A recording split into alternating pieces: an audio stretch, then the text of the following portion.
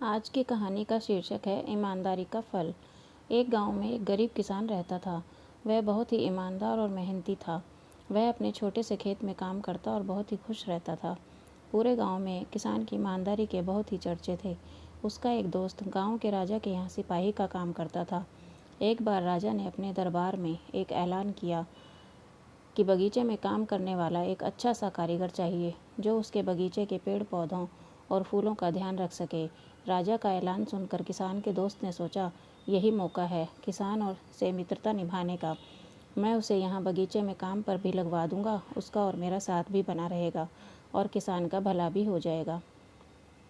यह सोचकर उसने राजा से कहा कि महाराज, मैं आपके लिए एक ऐसे आदमी को लेकर आऊँगा जो यह काम अच्छे से कर लेगा। राजा ने उस सिपाही को आदेश दिया कि जाओ, कल से ही बगीचे में काम करने के लिए उसे कह दो।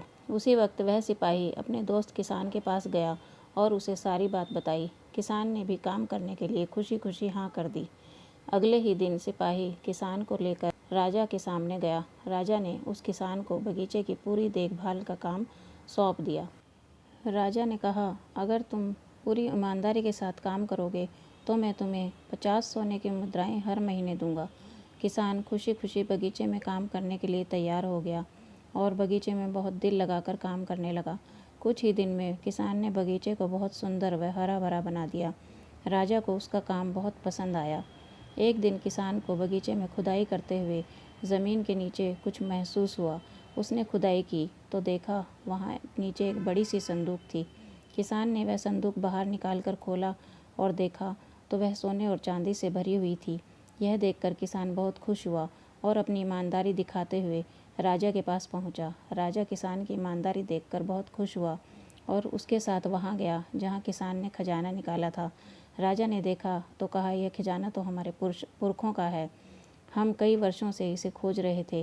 राजा बहुत ही खुश हो गया और अगले ही दिन किसान को पूछता है, बोलो तुम्हें क्या इनाम चाहिए। किसान बोला, मालिक मुझे कुछ नहीं चाहिए, मेरे पास जो भी है मैं उसी में खुश हूँ। राजा उसकी ईमानदारी की बात सुनकर और खुश हो गया और उसने किसान को अपना मंत्री बनाने का फैसला किया।